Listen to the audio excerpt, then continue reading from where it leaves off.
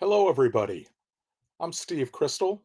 Welcome to this talk about FAI parachute and streamer contests. That's me to the right. I'm Steve Kristal. Emma. We have both been participating in FAI since 2009. We have both been on the streamer and parachute teams a number of times. 3 months ago was the first time either of us ever medaled in one of these events when we won team silver in streamer. Here are our teammates from that incredible event. It's myself, Allison Van Milligan, Kevin Kuchek, and Emma.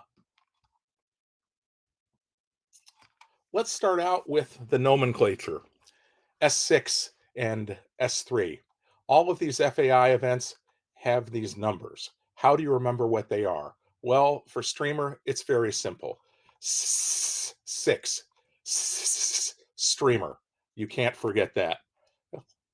S3, well, you have 3 chances to fail to deploy.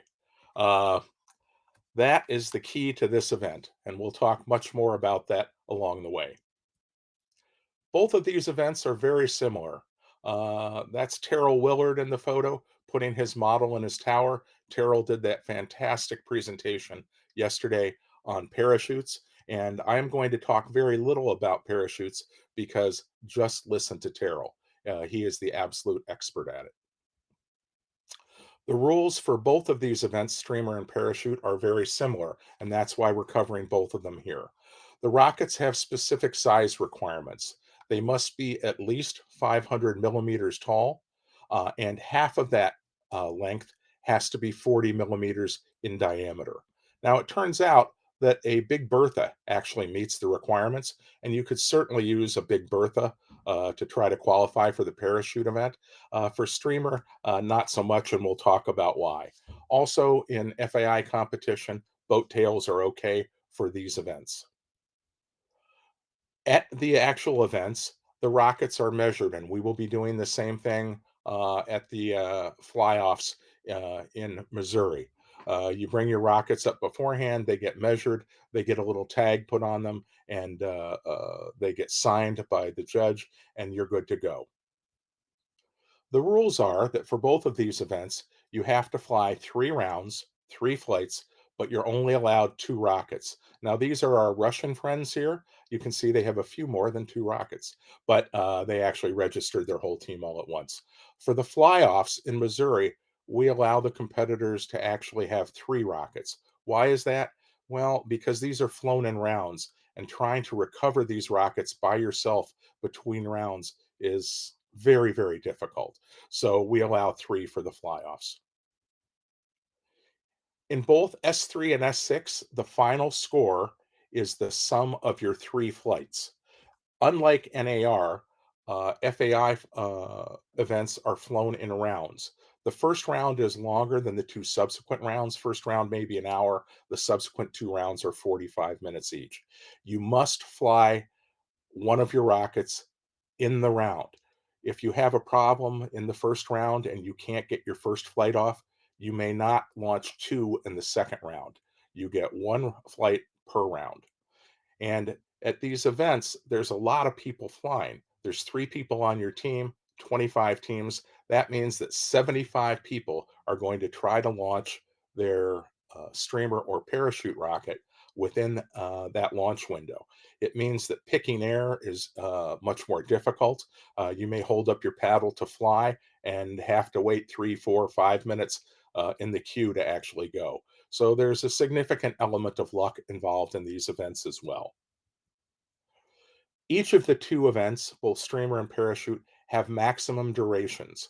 For parachute, it's 5 minutes. Any amount of time that your rocket is in the air after 5 minutes does not count towards your score. For streamer, it's 3 minutes, 180 seconds. It's very difficult in streamer to get maxes. As you'll notice, these are the timers at the international event, and both overseas and here at the flyoffs, timers will be allowed to use binoculars. For ties at the international event and also at the fly-offs, there is a fourth round. There is almost always a fourth round for parachute, almost never a fourth round for streamer. Um, in order to make the fly off round at the World Championships, you pretty much have to get three 5 minute maxes. The usual is that 8 to 15 flyers will reach that in parachute. Occasionally, you'll get someone in streamer who gets three maxes, but that's not the norm. Pistons are allowed for both S3 and S6, but the new FAI rules, you may not use floating head pistons, only fixed head pistons. And I'll be talking about that more later. Piston tubes may not leave the ground. We tried doing things like attaching them with Kevlar, but that is no longer allowed. Similarities between the two events. The rocket size is 500 millimeters length, 250 for half of it, 40 millimeter, exactly the same for the events. I showed these two rockets. The one on the left is a kit that Mark Petrovich crafted years ago to help many of us start out in the sport. The one on the right is a Russian model. They look a little different, not too much different, but if you're going to concentrate on flying these events, do not concentrate on what your models look like or how they're built. You need to concentrate on picking good air. That is the key. These are duration events. Body tube materials for the rockets, very similar. Fiberglass on the left, paper in the middle, carbon fiber on the right. What's best? Well, for streamer, the lighter the better. For parachute, it truly makes no difference.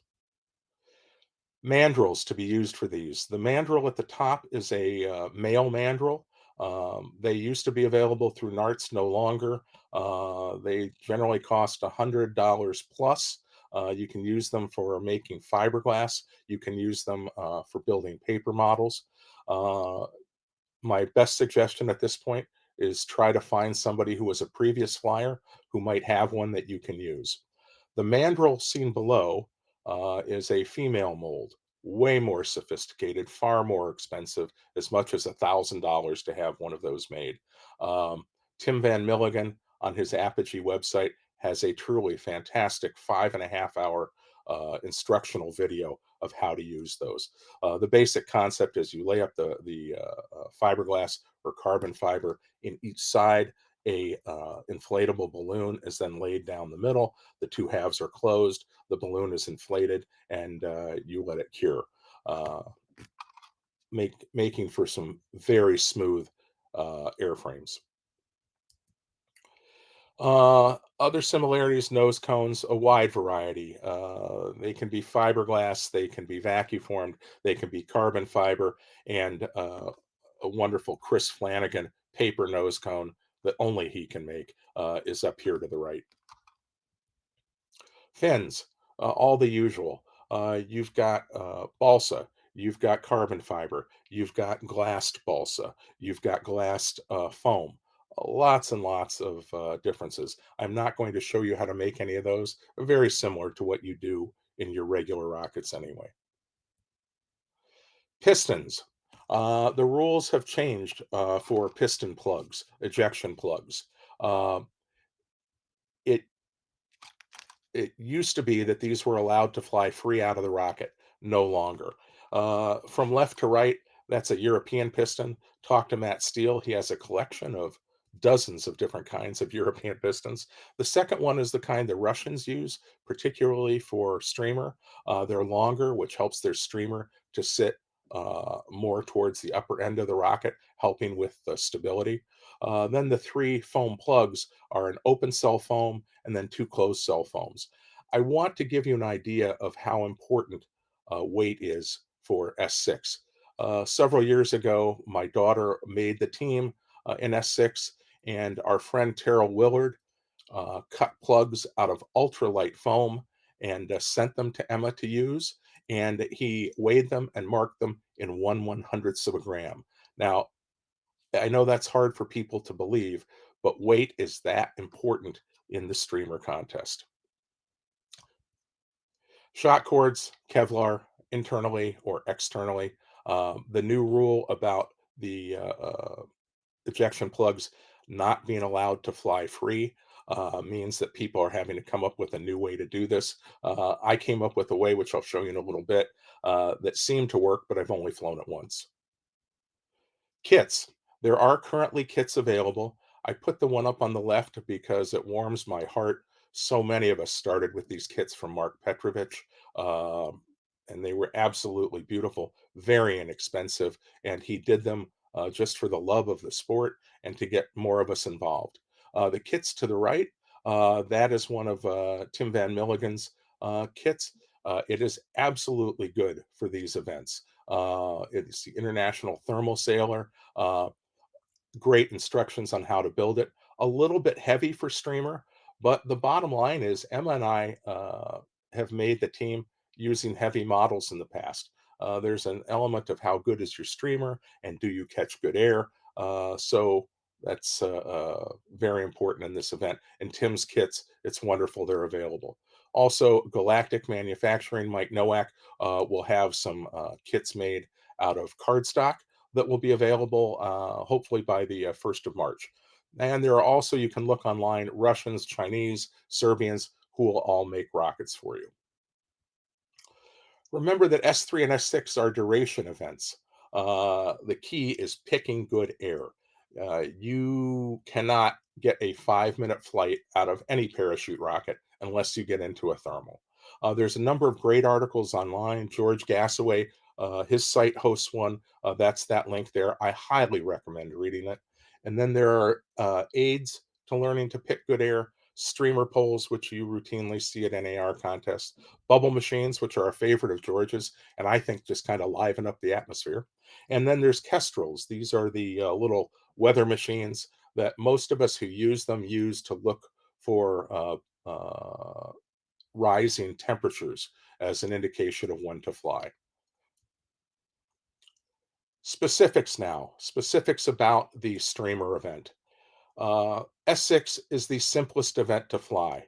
Emma has always said that flying streamer is the closest you can get to not flying a rocket at all. And I kind of agree. But it is the most difficult event to be consistently successful at. Why is that? Because there's the picking air part of it, there's the streamer part of it. And because it's so easy to fly, it tends to be more heavily contested than any of the other events. So just lots and lots of competition. I'm going to talk to you about making streamers. Everything that I learned about how to make streamers came from Trip Barber and an article that was published in the May-June Sport Rocketry of 2007. That is available on the NAR website for any of the events that we're flying. I highly recommend downloading that article. Tons and tons of good information. All right, let me show you how I make streamers.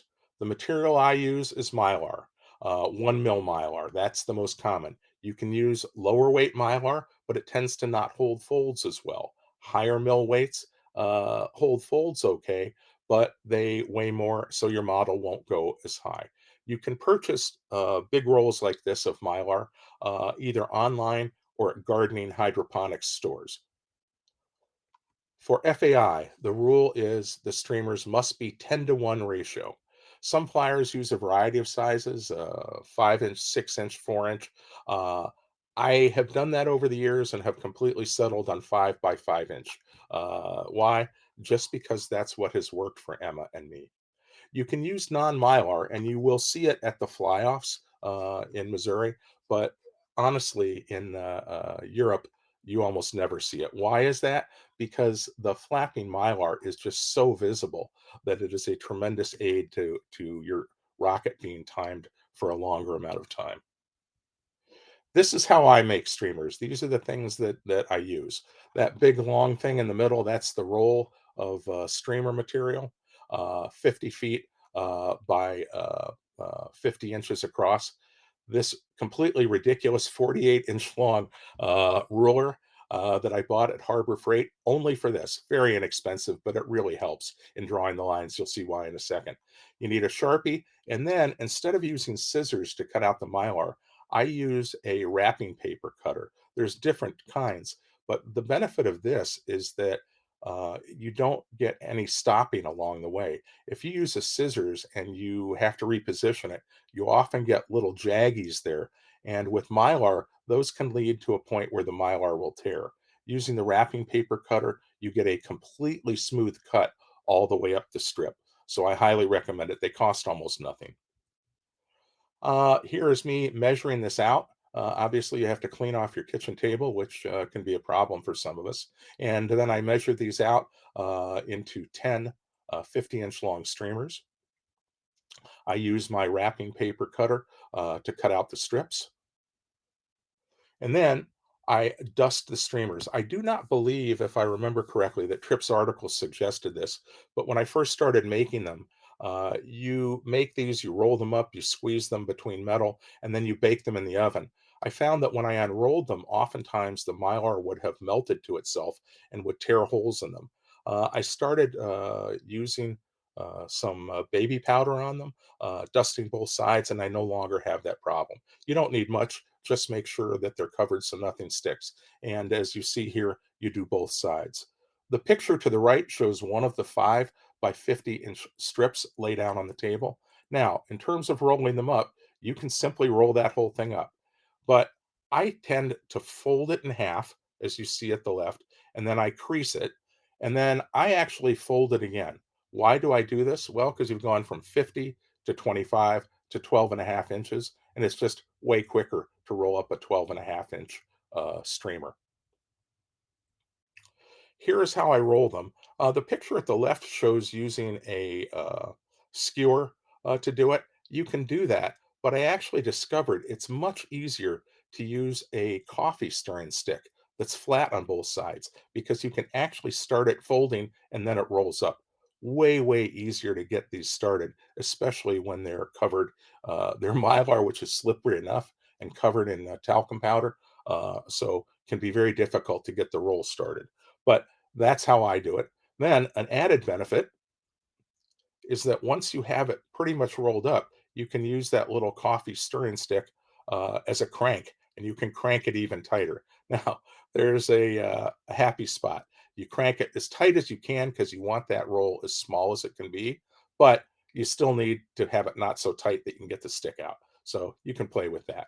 Once you get the stick out, you just take that roll of mylar and you put a piece of tape on it.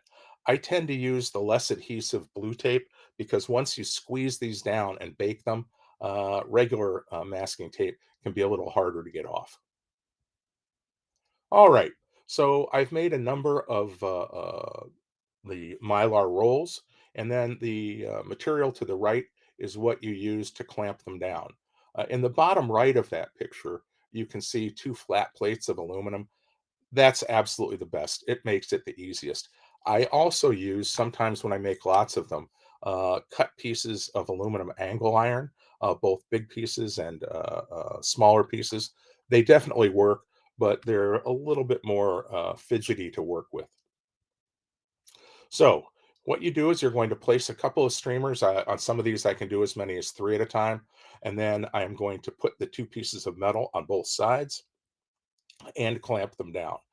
As you can see, this is the flat pieces of metal. It's much, much easier to do these than the other ones. You're going to want to clamp them as tight as possible. I go from clamp to clamp to clamp to make sure they're all as tight as they can possibly be. Then I put them on a tray and I put them in the oven. And I bake mine for an hour and a half. And you bake them on the lowest setting that your oven can go to.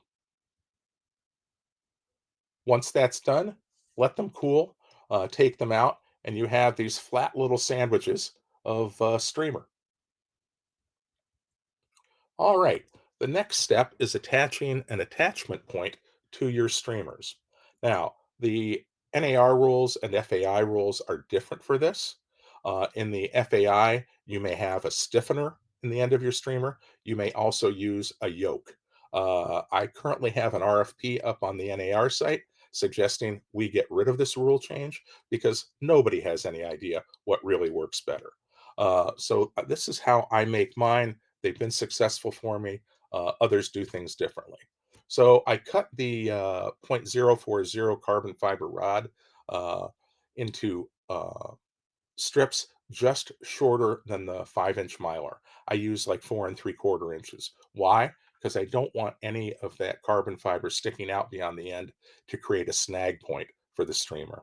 The yoke, this is how I do my yoke. I take a little bit of Kevlar, wrap it around, put a dot of super glue on each end.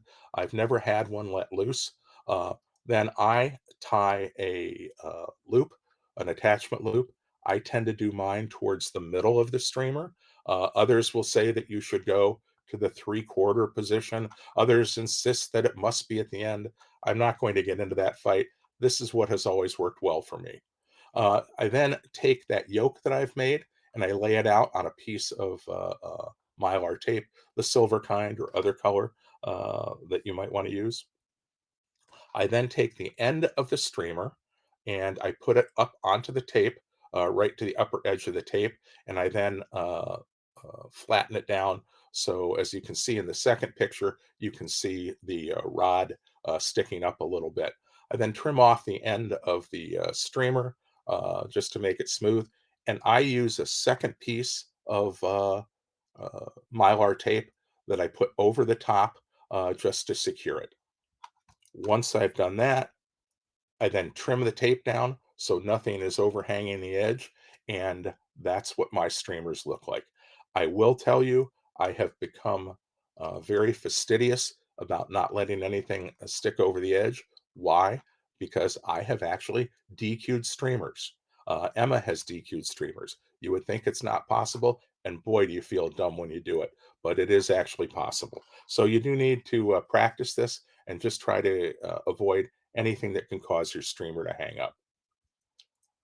Ejection plugs, we've talked about, but the rule for restraining ejection plugs, I wanted to point out. This is how I just did a test one. I took a standard ejection plug and I put a piece of Kevlar that I looped. I tied it on the backside and used some foam safe CA. And then you can see how it works. I put the Kevlar through the loop and I put the ejection plug down into my rocket. These are all of my rockets have external Kevlar attachments.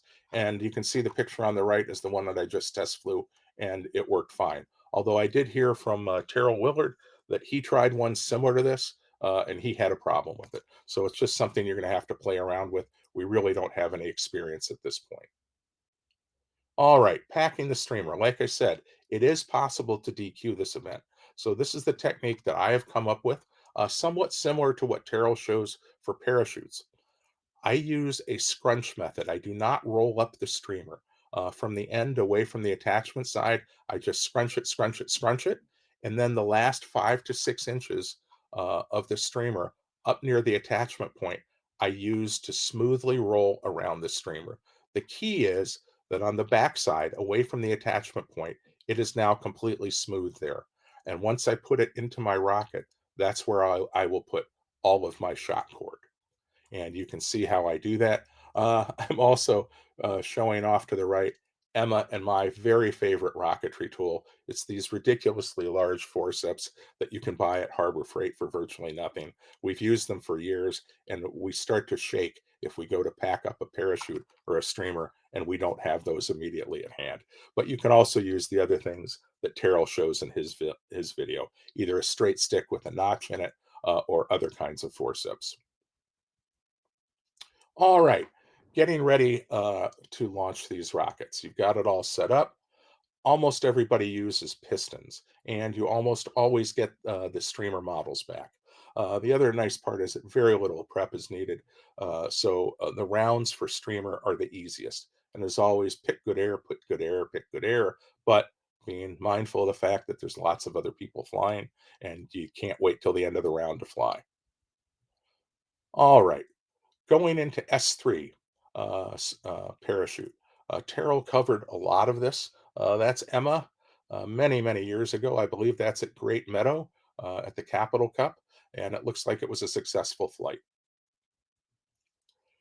The key, I can't say this enough for S3 parachute deployment, deployment, deployment. Unlike NAR, in FAI, partial deployment is okay, but unlike NAR, you pretty much need to get 3 maxes to qualify in this event. Maybe not in our flyoffs, but definitely overseas. So if you have something that doesn't open all the way, it's self-penalizing and you won't make the flyoff round. Parachutes. I get mine from Andy at Asp Rocketry. Almost all of us use 36-inch, 12-sided canopies.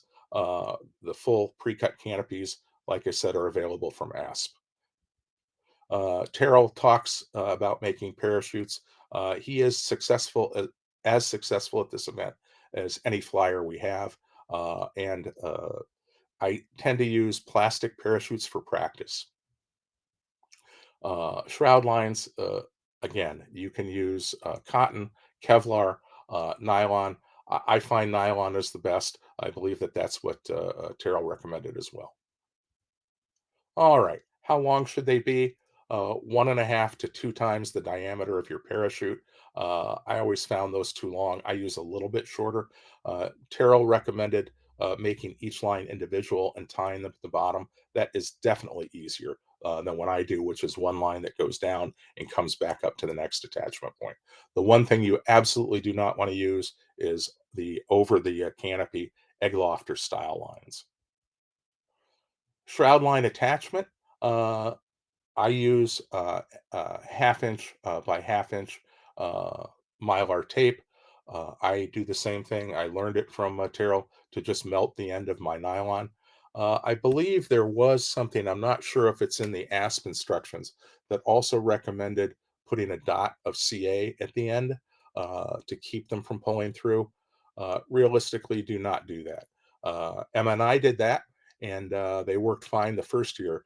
But by the second time we went to use them 6 months later, we didn't realize that the CA had delaminated from the mylar. And so we had 12 little sticky points for the parachutes to get caught on. And sure enough, we DQ'd out of the event. So do not put CA on the tips. Also, in terms of how you attach these to your shot cord, I like Terrell's method much better. I will be switching to that. In the past, I have used swivels, not because of their swivel ability, but just because they're very quick to attach and detach. Again, see the Terrell video. Number one rule, you do not want to fold parachutes on the field. It is always windy and it is just too much of a pain in the rear end. Remember, the rules for S3 require 3 flights with just 2 rockets. That means you either have to refold your parachute from one of your rockets, or what I do, I actually have pre-folded parachutes I put in baggies, and I bring those, and they're very easy to slip out and attach to the rocket. Terrell suggested that you can take them and put them in an extra body tube, which makes sense because you usually bring an extra anyway in case you have a problem. The one thing you absolutely do not want to do is what's shown on the right, which is what we all learned to do from years of flying Estes rockets, is wrapping the shroud lines around the parachute. Absolutely don't do that for competition parachutes. You can see that's one of my baggy prepared parachutes. You can pre-fold them and do that. Very easy to do on the kitchen table before you leave. And I always put the parachutes in open end up and shot cord management as Terrell showed. All right. A word about something you may have heard of called dethermalizers. Uh, Obviously, if your rocket's going to be flying for 15 or for 5 minutes up there, it's going to drift quite a ways away. Uh, at the end of the time where it's being timed, you don't want it up there anymore. Well, a lot of the Europeans use dethermalizers. The US team has talked about them for years, but we really haven't used them. I want to thank Jordi Rorafont from the Spanish team for providing the picture of what they do. I've seen them fly these, they're amazing. You'll notice on the bottom edge, there's a little piece of fuse sticking out, and then there's a string that wraps around the nose cone shoulder that's put through that fuse with a needle. And then the way this works is you light the fuse right before you launch. 5 minutes in the air, the fuse burns through the burn string and releases half or more of the shroud lines to your parachute, causing it to fall out of the sky. Um, the US team tends not to use these because we're really nervous in the US about flying something with something burning on it. So none of us are really using those. In the past, there have been electronic dethermalizers.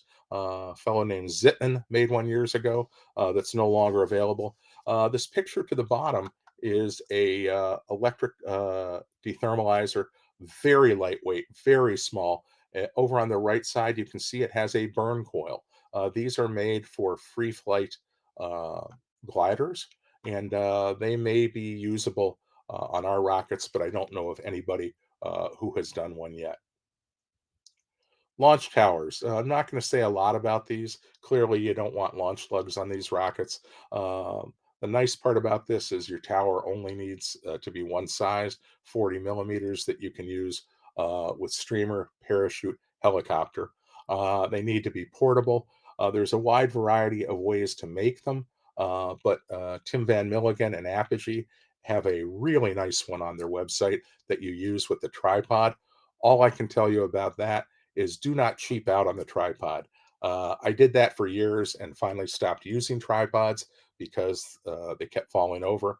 And then James Duffy convinced me to improve my practice and get a good tripod that cost about $100, and that's what Emma and I use now. It worked absolutely wonderfully in Romania, as you can see by our results. All right, let's talk about pistons. Some of you know about pistons, many of you do not. Let me point this out, that these events, our flyoffs and the actual world championships in America, will be flown on Estes half A motors. Now, uh, Chris Flanagan has done the data for us using a standard American style piston. If you piston well, it can add zero point 0.7 Newton seconds of impulse to your flight. Now, these are only 1.25 Newton second motors. So do the math. It's a 30 to 50% increase in total impulse for half A motors. So uh, definitely for parachute. Uh, Most of you for streamer will also use a piston. Why do I say most of you?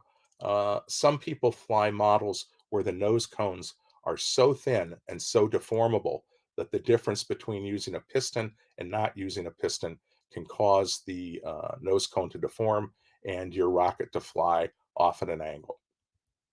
All right. How do pistons work? Again, I apologize for those of you who fully understand this, but for those who don't, I just want to give an idea. A piston, very simple idea. There's an outside, I hope you can see my cursor here. There's an outside tube, and inside the tube is just a rod that goes down through the bottom of it. And at the top, there's a little piston plug that's the same size as the internal diameter of the outer tube. At the bottom of the outer tube, there's a little stop. The idea is, if you look at the second photo, well, before the rocket is launched, the rocket is sitting on top of the piston. The motor is stuck down into the upper end of the piston, and uh, there's no space between the bottom of the motor and that piston head. As you ignite the rocket, it starts to produce gas. And long before there's enough gas to produce enough thrust to have the rocket move on its own, it starts to fill up that tube. Well, in order to put gas into that tube, the tube needs to start moving up. And it starts doing that. It does it very rapidly. And at the bottom of this, you can see the little plug. When that plug hits the piston head, the rocket flies free. And you can see a couple of pictures. I think this is George Gassaway's and Jim Stiller's rockets on pistons. This piston and rocket are in a tower, which is how most of the US flyers fly them. Uh, this one over to the right, we refer to as a naked piston, no tower. And this is how many of the Europeans launch. They do not have towers at all. All right. The difference between a fixed and floating head, really simple. The one to the right here, this is a floating head. It's just a simple rod that goes down and touches the ground. The piston head just sits down on top of that inside that piston tube. A fixed head piston, as you can see here, is actually attached to the rod, and you can tell how much force is involved. My fixed head pistons actually use a little piece of metal that goes through the piston and through the rod. If you piston well, the amount of force that hits that piston head is just amazing. And for regular tubes, it can cause those tubes to just rip in half. The picture to the right here, to give you an idea of the difference, a fixed head piston, this whole piston will just go up to the stop and the rocket will go shooting off the top of it. For a floating head piston, that stop hits the piston head, which is free to move. This whole thing sails up in the air a little bit before the rocket pressurizes the tube enough to blow the rocket off the tube. Those of us in the NAR and those of us who have done a lot of work working with pistons really believe that floating heads are better. And we have a little bit of verification in that the FAI no longer allows floating head pistons to be used, and the only team that used them was us. So I do think the bigger issue for them was that these tubes were flying free and sailing all over the place and hitting our neighbors. So perhaps not the friendliest pistons to use. All right, how do I make pistons? You'll need some white glue. I use standard BMS or Estes 13 millimeter tubing, 34 inches in length, a 1 inch piece of coupler tube, and then, like I said, white glue. And I do something a little different with Mylar tape. I'll show you in a second. These are very easy to make. All right. You want to put a thick layer of glue in the end of the tube and just take the coupler tube and push the tube down onto it. Why a thick layer of glue? Because if you do it too thin, it'll seize up before you get the coupler all the way in there. So these are 1 inch long couplers in the end of the tube. I also put a piece of Mylar tape around the upper end of the tube. I do that because as you're fiddling to get your motor fit into the tube correctly, sometimes you have to twist it back and forth. And in the past, I would occasionally tear the upper end of the piston tube, which meant that I had to start all over. I found a single layer of Mylar around the top keeps that from happening. Has saved us a lot of fuss over the years. All right. For fixed head pistons, when those of us on the team were switching over to fixed head pistons, we learned very quickly that unreinforced piston tubes will simply rip the ends off the tube, causing the tube to sail up in the air, and you are disqualified. I found a very simple way to deal with this. It is simply strapping tape, 8 inches long. You cut off a piece, you lay it down, and you wrap it around. Oddly enough, for 13 millimeter tubes, it's almost the exact right width. It overlaps just a little bit. Takes literally seconds to do. So to use your piston, the fixed head piston is going to go down into the tube. This is just two views of that. And then you need to attach your motor to the tube. I can't emphasize this enough that the number one priority in using pistons is to make sure that that fit between the motor and the piston tube is exactly what you want it. I see people all the time put their motors in the rocket and then start fiddling around and try to get in it. Number one step should be to fix or to fit that motor into the tube. I call it the Goldilocks fit, tight but not too tight. You really do want these tighter than what most of you are used to using. Not so tight that it won't release, but tighter than you would think. Then you're going to pull the motor out, put the igniter and igniter plug back in, and put the motor back into the piston tube. I take that little piece of paper off and fold the igniter wires down. I then take that and slide it into my rocket. In my other talk yesterday, I talked about these things that I conveniently call Kristal windows. That's to secure the motor in the rocket. As I mentioned yesterday, a simple piece of Mylar tape stuck down to this will keep that motor from moving forward or backwards. These rockets do not have a forward plug in them. Um, I find that two of these on two sides of the rocket are just fine. You do not need to do three. And like I said, for 13 and 18 millimeter motors, I have never had one let go. All right.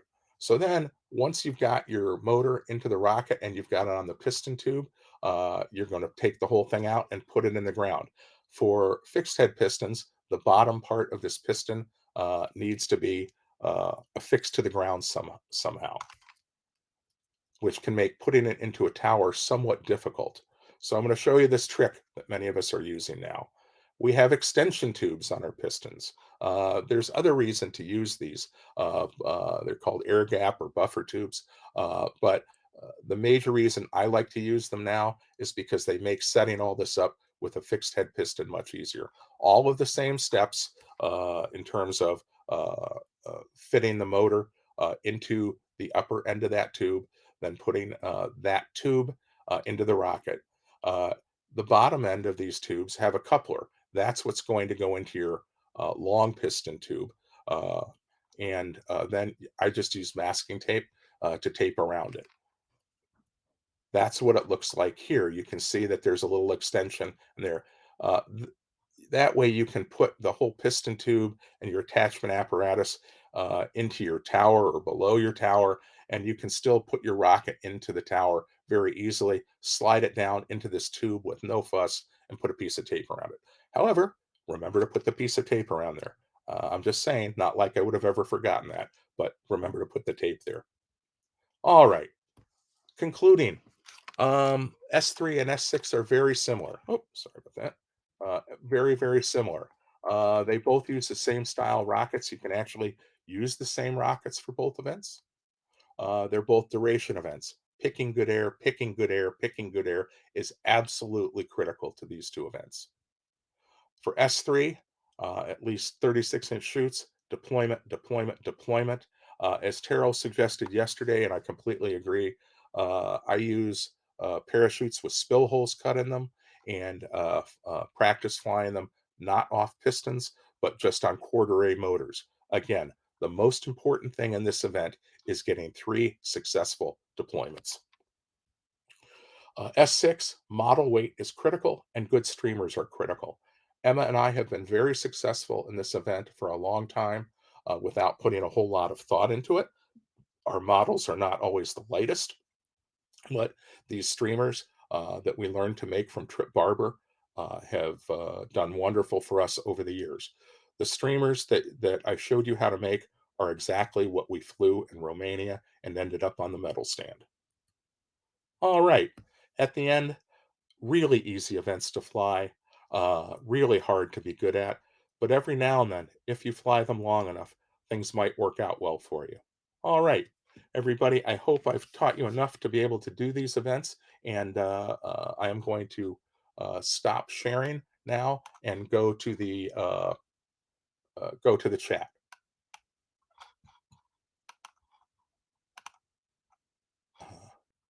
And I'm trying to figure out how to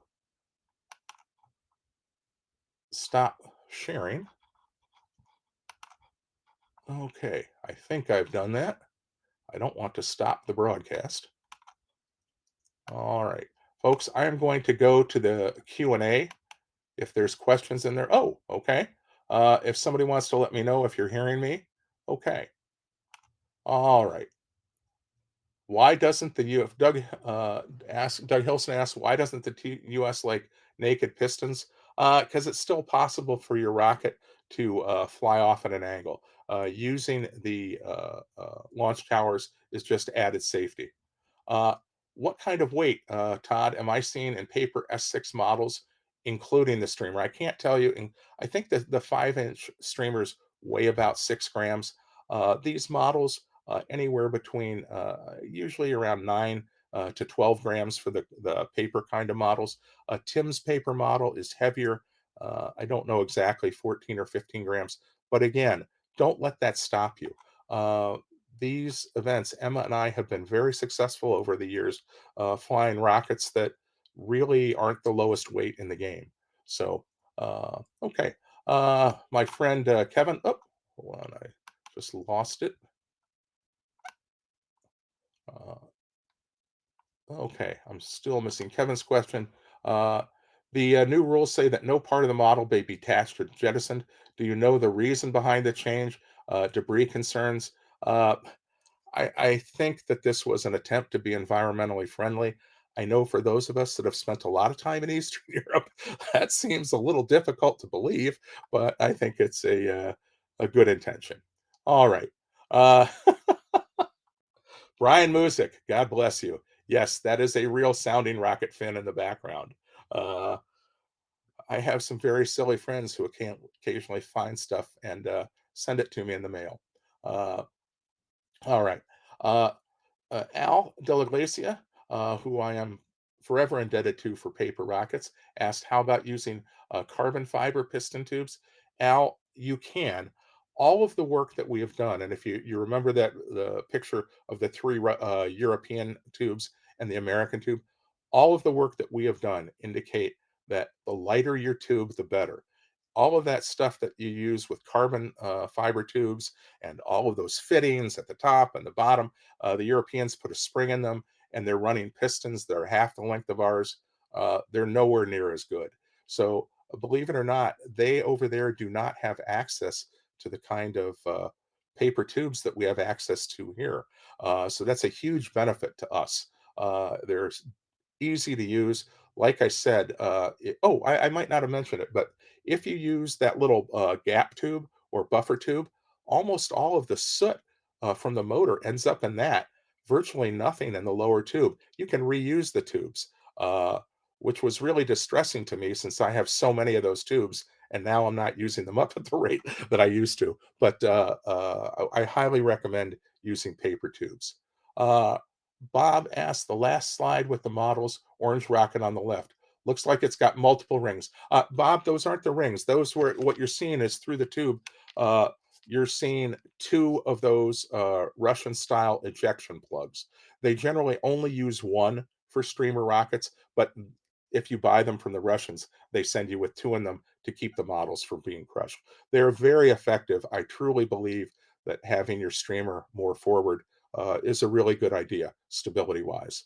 Uh, Matt Steele asked me, what about the Drell Deploy Max that's in testing right now? Should be available after the Arizona Cup. That is a wonderful item. Matt, I am going to leave it up to individuals to decide if they want to risk losing one of those on a parachute flight. Even if the Deploy Max is used as a dethermalizer, which it can be, it's a great idea. They weigh nothing, wonderful to use. But with the winds that we get, I'm not sure that at 5 minutes, even with a dethermalizer, that rocket will be recoverable. So I will leave that up to others, but it's definitely one of the first things we've had to use. Um, all right, Tom Dish, are scorpion tail streamers the most commonly used in FAI? No Z folds. Yes, Tom, I would say yes. Um, that you'll notice that when you take that 50-inch long streamer and you fold it in half, when you roll that bad boy up and when you unfold it, you've got folds that are going in two different directions. If you fold it again, now you've got four different directions. So yes, scorpion tail has worked very well for us. Again, I always say this, until the military comes up with a use for 5 by 50-inch mylar streamers, we're not really going to know real data. And I don't think that's going to happen. So, again, I've used all different kinds of streamers over the years. I tend to use 5 by 50-inch just because that's what's worked well for us so many times over the years. Uh, how long do I bake the streamers in the oven, Matt? I usually do an hour and a half. All right. Let me see if there are more questions. Terrace, great to see you. Uh, the restraining plug was partially due to timers having problems figuring out, oh, if there was a separation or not. Terrace is actually a judge in these contests and a wonderful friend of the U.S. team, and that makes a ton of sense. Then Severio, another one of our wonderful Canadian friends, asks, are the size of the folds relevant? Severio, I presume that they are. I don't do anything special to control for them. I try to make them as short as possible. Again, just it's really hard to get good data on streamers. And most of us just don't want to spend the time. There have been a ton of articles over the years in sport rocketry and in the R&D competitions. Read through them. Like I said, I've kind of given up trying to figure out mathematically what's best. Uh, but I use what I use because it seems to work. Uh, let's see. Interesting. Is that a Century tracking scope, Bob? Good eye again. Yes, that's a Century tracking scope. Uh, all right. Chad asked, is the common practice 100% pleated or 80 to 90%? Chad, again, I do 100% pleated. I think the idea of doing the 80 to 90% was so that you could have a smooth spot around the end to wrap around. Honestly, it's not an issue, even if they're pleated. So I do not do that. I just fold the whole thing. Uh, let's see here. Bob Alway. What's the temperature that I use in my oven? Bob, it's 200 because that's the lowest I can go. I've never over baked them. I will tell you, it is absolutely imperative, though, that you use a talcum powder on them. Since I started that, I never have a problem with the fold stain. I never have a problem with them ripping when you unwrap them.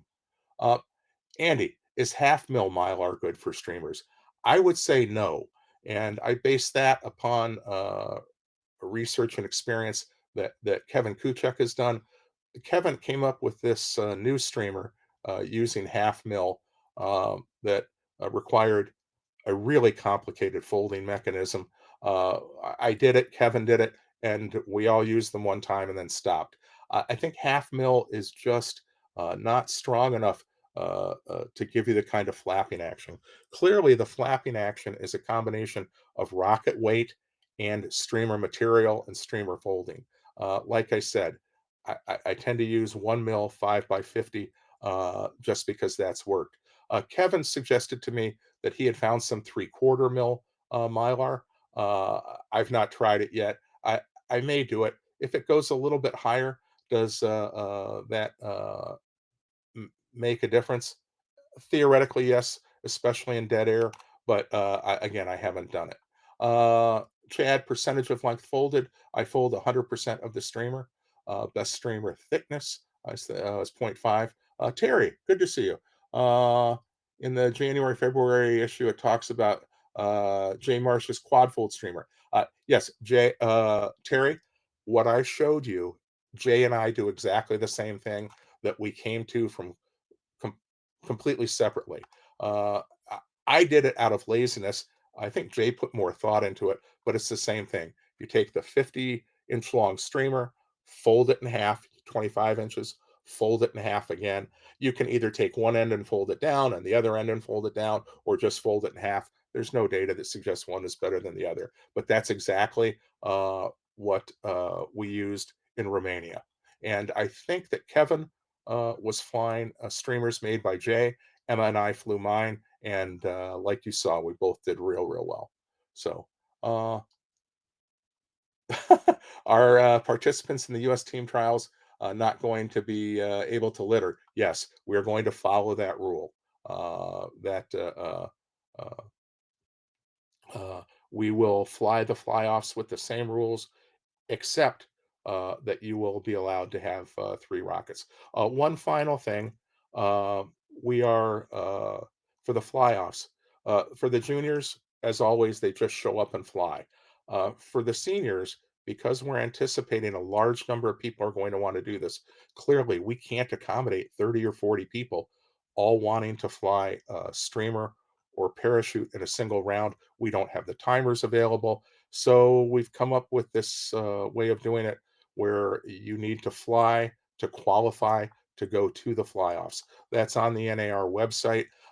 You post your scores just like an NRC, and Matt and Mike will pick, I don't know, the top 10, 15. We haven't decided yet, but that's just really to keep the fly-offs manageable. These events are so easy to fly. There's just no way we could do it fairly for everybody if we've got 20, 30, 40 people wanting to fly it. So, uh, Chad, one more question. How sharp are the creases after baking? A sealing iron would make them definitely crisper, but I've not found that it makes any real difference. All right, everybody, it's time for me to stop so we can get on with the next one. Thank you all for coming. I really appreciate it.